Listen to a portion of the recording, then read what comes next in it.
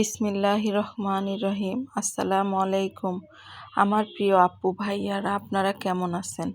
আল্লাহর রহমতে সবাই ভালো আছেন। আমি আল্লাহর রহমতে অনেক ভালো আছি। নতুন দিনে নতুন একটা ব্লগ নিয়ে আপনাদের মাঝে আমি এলাম। আমার সকাল থেকে রাত পর্যন্ত যে ভিডিও আমি শেয়ার করি, এই কাজ করি, ওগুলোই আপনাদের মাঝে শেয়ার করলাম। আমার ভিডিওটি দেখার আপনাদের কাছে অনুরোধ রইল। মই আজ সন্ধ্যার দিয়া ভিডিওটা শুরু করছি। সন্ধ্যার সময় ঘরে একটু দুধ ছিল, ওই দুধটাকে আমি কাইটা নিছি। পরে চিন্তা করলাম যে এতটুক দুধ আছে, এই দুধটা আর খাওয়া যাবে না, একটু থাক, আমি আর আমার পোলা মাইয়া খামুনে। তাই আমি দুধটা রাইখা দিছি। এখন কি দেব আর বাপেরে? পরে চিন্তা করলাম যে ঘরে 2টা আনারস আছে, তার মধ্যে একটা আমি কাইটা নিমু, কাইটা ব্লেন্ডার কইরা তারে দিমু। আমরা মেয়েরা তো এইটাতেই খুশি হই, বোঝেন?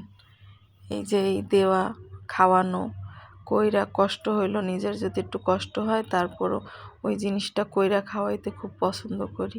এখন আমি আনারসটারে ব্লেন্ডার কইরা নিমু, ব্লেন্ডার কইরা মোর জামাইরে যাইয়া দিয়া দিম। সেও খুশি হইব, আমিও খাওয়ায় খুশি হম। এটাই তো জীবন, তাই না? এখন আমি আনারসটারে সেক্কা নিছি।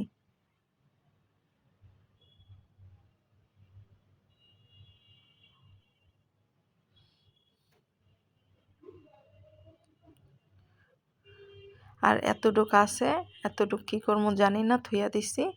এখন আইয়া দিলাম। তাই হ্যাঁ, অতটুক সব খায় না, আমার একটু দিছিল, হ্যাঁ একটু খাইছিল। আর দেখেন, পুরানো দিনের ছবি দেখতাছি, আপনারা কিরম দেখেন? পরের দিন সকালে শুভ সকাল বইলা সবাইরে শুভেচ্ছা জানাইলাম। এখন আমি একটু গরুর গোশ আছে, ওইটা রান্ধুম। একটু পাতাকপি আসিল, ওইটা কাইটা নিছি।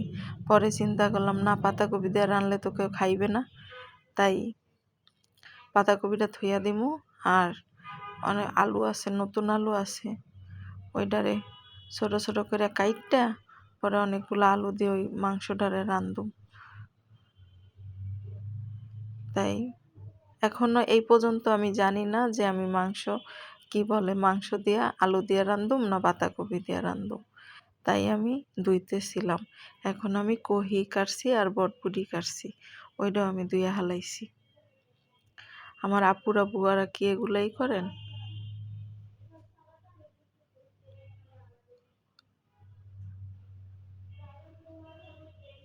এখন আমি কহিটা সিদ্ধ হয়ে গেছে, কহিটারে এখন আমি বাগার দিয়া লমু।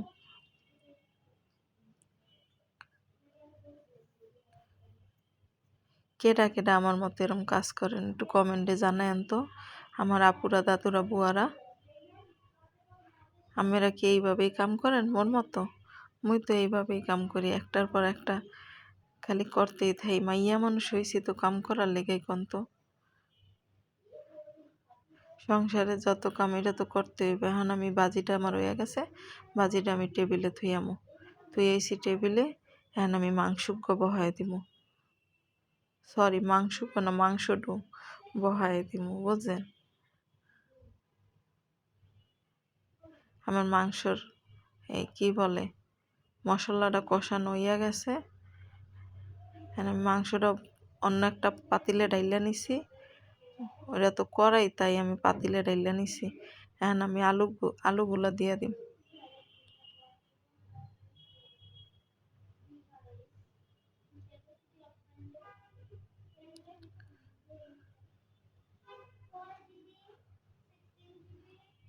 এই আলুগুলারে এখন দিয়া দিতাছি, ডাকনা দিয়া ডাইকা দিলাম আর ভাতটাও বহায় দিলাম। আমার ভাতটা হইয়া যাওক, আমার সব কামগুলো হইয়া যাওক। এটাই আমার পোলার বিছনা। এখন আমার পোলার বিছনাগো আমি গুছাই হেলাই। আমার পোলার বিছনাতে আর যাই থাক, একটা ইয়ারফোন থাকবেই, এটা থাকবে, এটা বলা কথাই।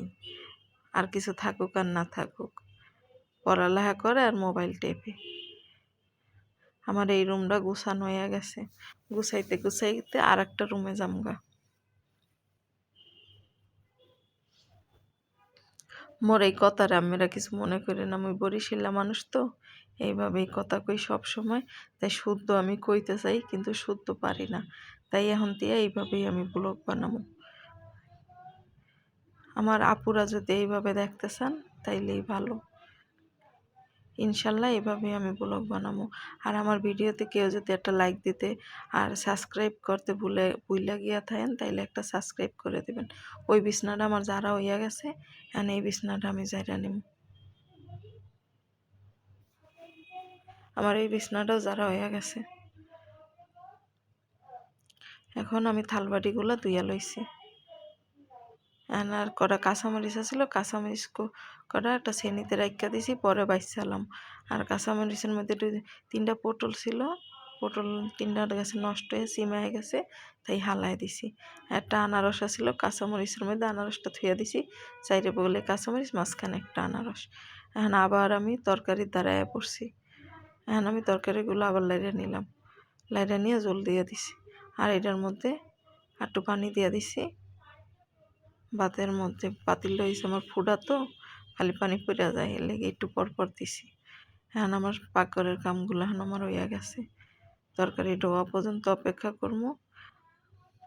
আর আমি বাজিটা করছিলাম, বাজিটা আমি ডাকি নাই, ওই বাজিটা একটু পর্যায়ে রাখিয়া দিব। আমার ভাতটা হইয়া গেছে।